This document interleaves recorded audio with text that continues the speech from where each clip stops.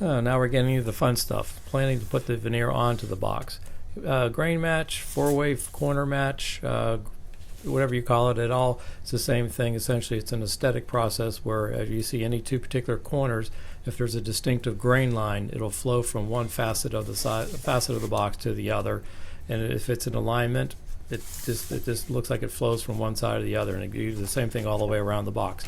You can accomplish the same thing with solid wood. Here I've marked carefully the veneers so that I know which side of the veneer has to come in contact with what surface on the box itself. So in here, you're seeing right now is I got some sheets labeled glue side. Well, that's the side that's going to come in contact with the adhesive. And then the other side of the veneer is marked face side, or the side that's going to face you, the side you see. You can see here that there's a distinctive visual cue that's going to flow from one sheet of veneer onto the other over the corner. Just keeping track of which piece of veneer goes on what direction and what corner. This is one of those aesthetic things that really, when it's done well, you don't even see it. But when it's not done at all, it's visually jarring, and kind of this gives that, when you do it well, it's just that something, a little extra something you're giving the box. So you can see here I'm planning well that with the marking, if you pay attention to them, you can see that the grain's going to flow all the way around the box corners.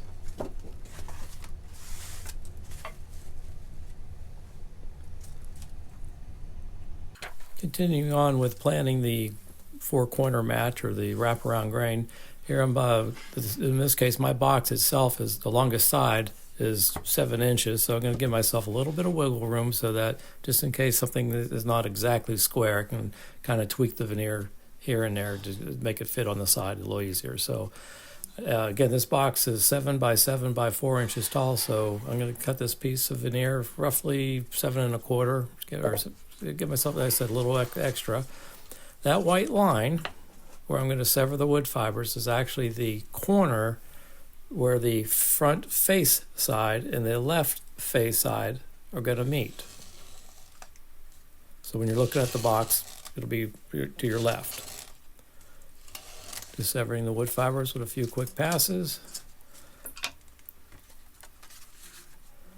Then you're going to repeat the same process with the back, or the back piece and the right piece. Again, that white line is the join the corner, in this case the right side rear corner, where the veneer will line up as you're wrapping it around.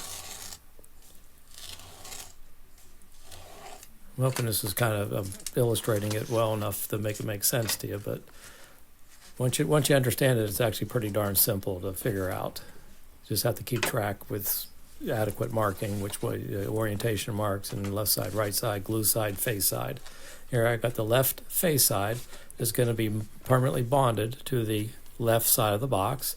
The front face side is going to be bonded to the front of the box. The rear side of the box, in this case the glue side, is going to come in contact with the liquid adhesive, and the right side glue side is going to come in contact with the liquid adhesive.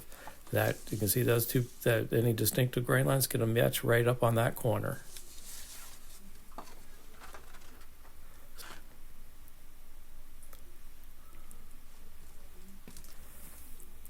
There actually is an order that the veneers are bonded to the surface of the box. The first piece you see is the last piece you put on. This way the last piece you mount will cover up the on-edge end grain and glue line. It's an aesthetic reason, but it's very easy to do to make the box, give its best appearance possible. Here I'm just showing what the example of what the front piece is going to cover up that left on-edge glue line.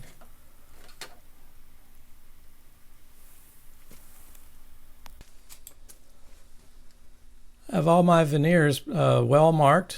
I know exactly which piece is going to be on the left side, right side, which is the glue side, which is the face side. It's real easy to get them mixed up, so you want to have them well marked ahead of time.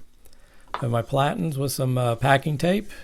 My box itself has some registration marks so that I know exactly which side of the box is up, since the lid is veneered on the inside.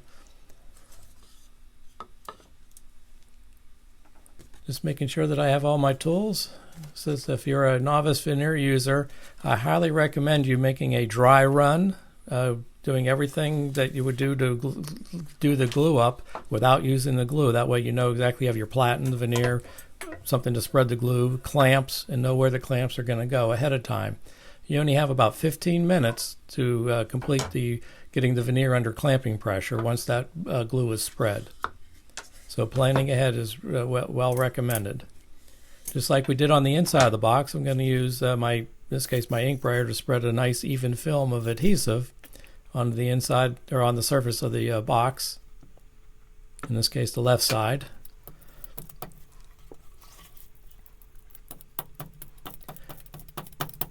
Try to favor making sure that I get enough veneer adhesive on the outside edges, because that seems to be where the if you're going to have a problem, the veneer might actually just pull away if you have like a stray fiber, a loose splinter, that type of thing. So making sure that you have enough adhesive to hold the veneer down. Here I'm just placing it on there, knowing that in this case the face side and which side is up. Using a push stick, I'm making sure that the dry side of the veneer is coming into the wet adhesive to ensure a good bond. And repeat the same process with the right side.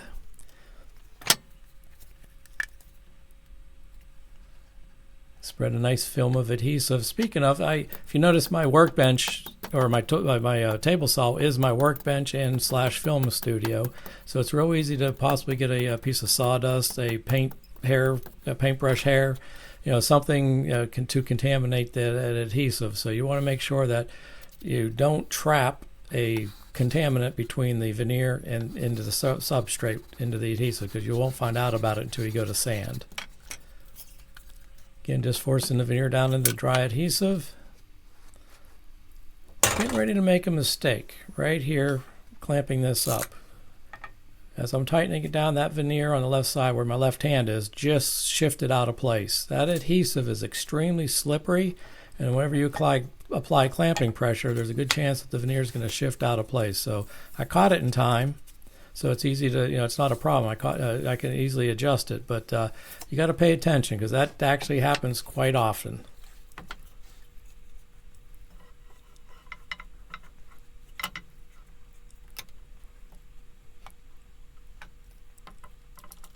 Making sure that you get the clamps. I know exactly in this case I'm going to put a clamp in the center of each side. And how much clamping pressure? Just enough to get a bead of glue to squeeze out from underneath the veneer. You can kind of see it trapped between the substrate and the bottom of the veneer. See? Keep it under clamps for at least 60 minutes. If you can afford it, clamp them up overnight. That'll ensure that you have proper bond and drying time. It's been under clamps for overnight. It's time to take them off and see how well I've done.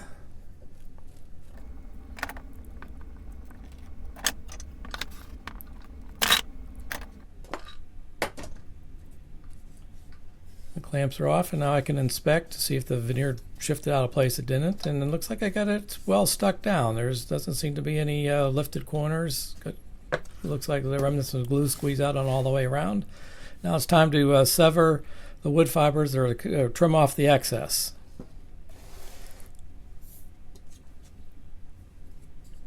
I have this is a special purpose saw, a veneer saw it's called. I've had this one for about 30 years, and unfortunately it's extremely dull. I've never sharpened it. So you just take some light passes, several of them, and eventually it will allow the wood fibers to be severed. And here's along the grain. When you go to cut it against the grain here in a second, you can see that it takes a little bit of extra care to do this. You want to make sure that you don't pull the wood fibers off from that one corner. So I'm actually severing them a little ahead of the time, because there's not a lot of holding power at that particular corner.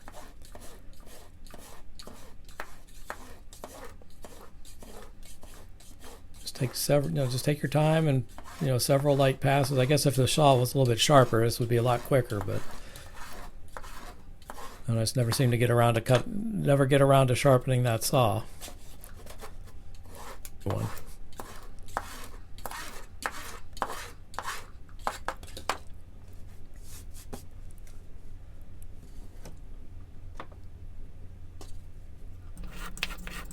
repeat the same process.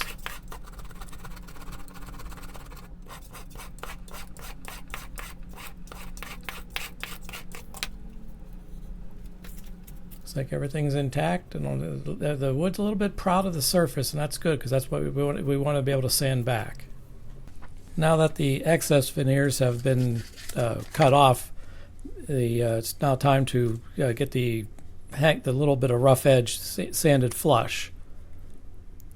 The trick here is to make sure that you don't round over the edges. If you have a tendency to sand by hand, that could actually, you can round over the corners. You don't want to do that. You want to leave nice crisp 90-degree corners. So I'm using a fine grit paper to wrapped around a flat surface, in this case the plywood. And you'll notice that I'm sanding in the initially sanding in the downward stroke on there so that I don't lift any of the wood fibers off the surface of the veneer. Even though the wood is securely bonded to the substrate underneath, the wood fibers near the surface could actually be lifted off. So you want to guard against that. So just nice light pressure on the way down. And eventually you'll see that you can increase the speed and pressure. And all you want to do is flush it up so that you get a nice 90-degree corner. Something in the same plane as this facet of the box that you're working with.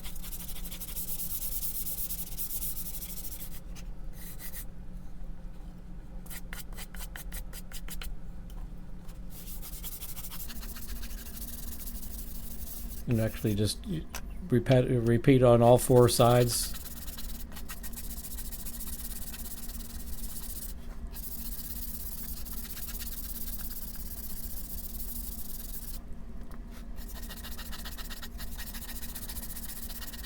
It is important though that you get the veneer flush against there, so you have a nice good. You also have a good gluing surface, so that when you bond the face veneer on the opposite corner, that has something to bond to.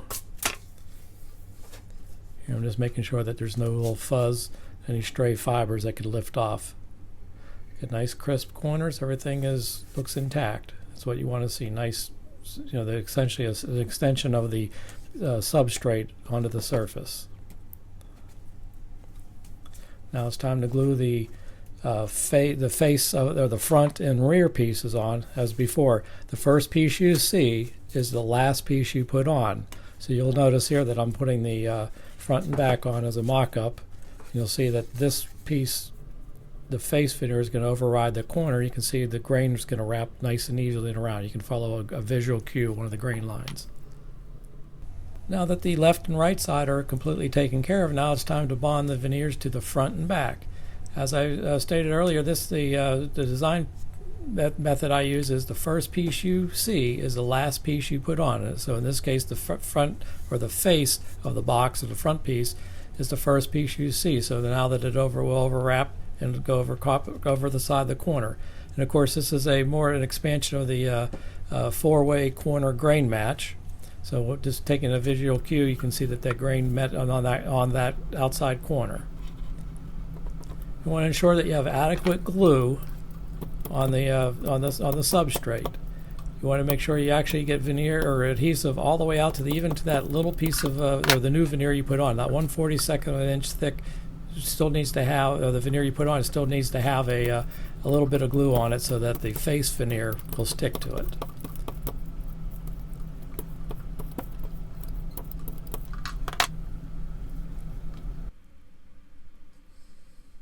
See here, I'm just making sure that the grain line actually wraps around the corner, so it just gives the box a little extra something. As I say, it's just aesthetics. It doesn't really make the box function any better. It's just an aesthetic piece.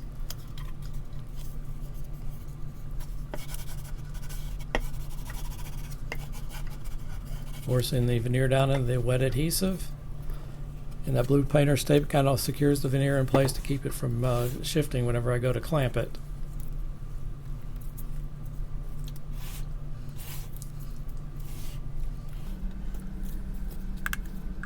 If you're getting value out of this particular video, please consider subscribing to my channel and hitting the like button. I would really appreciate it. I'm trying to build up my YouTube reputation. So repeating what we did with the front, spreading a nice layer of adhesive, ensuring that we got it all the way out to the outer edges, so we don't have anything, no loose edge, no loose veneer on when we're done. Again, ensuring that the wraparound grain meets at the corners. And it slipped out of place and realigning it.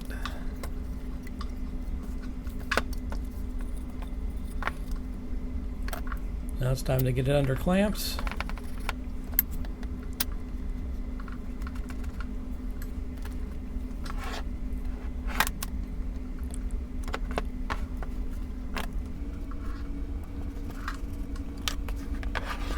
Just making sure that the veneer didn't shift as I was tightening the clamps, because again, that does happen. That's you saw it on when I was doing the left and right side.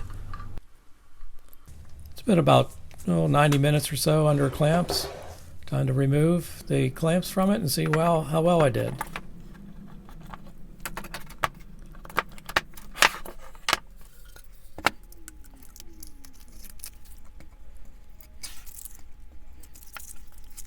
And just a quick inspection, looks like everything's still in place. The grain match, four-way corner match, looks like the grain's meeting at the corners just as expected.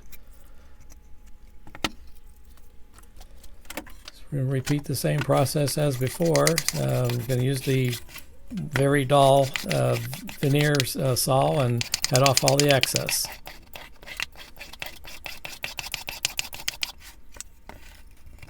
Paying special attention to the cross-cut grain, where that corner on the very edge, there's not a lot of wood fibers holding that in place, locking it down, so you can actually tear out the wood fibers on that corner closest to you on the pull stroke. That's really the point I was trying to make with that. Now that the front and back veneers have been firmly bonded, it's time to flush up the sides. Here again, I'm using a flat surface, in this case a scrap piece of plywood and some fine grit sandpaper. Sanding only in the downward stroke initially, so that I don't pull up the wood fibers that are loose on the surface. It doesn't require a lot of pressure, just want to make sure that you keep the block of wood in the same plane as the side of the box that you're trying to sand flush to. You don't want to round over the corners.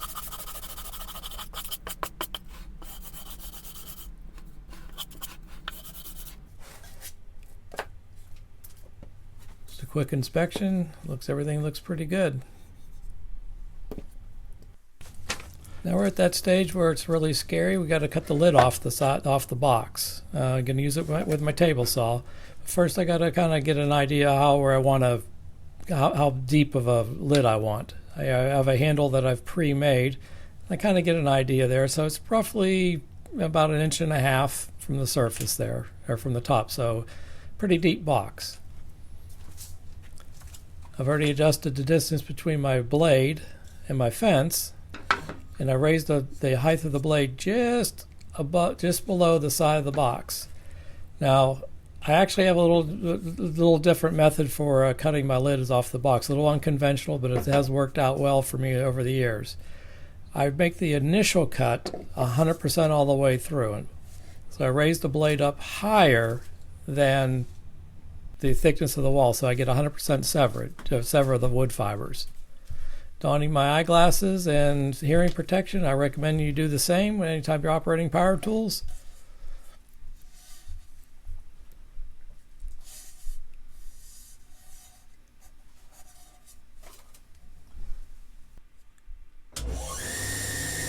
Making sure that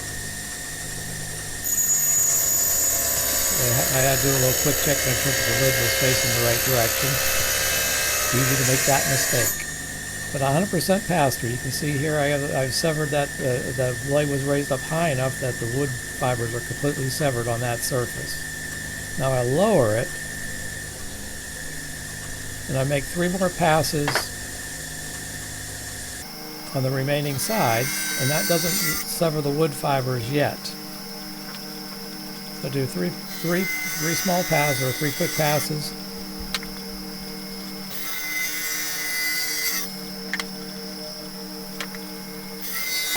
And finally on the last one, or I'm sorry, the remaining, on 2 of the passes, I actually raised the blade back up 100%, leaving only one side of the box where it has the wood fibers completely or partially intact, and I can clean that up with a razor blade here in the end. I'll show you here in a second. But I've had great success. The lids just seem to be staying in place. I don't have to worry about them wobbling and coming loose and hitting the blade as it's spinning.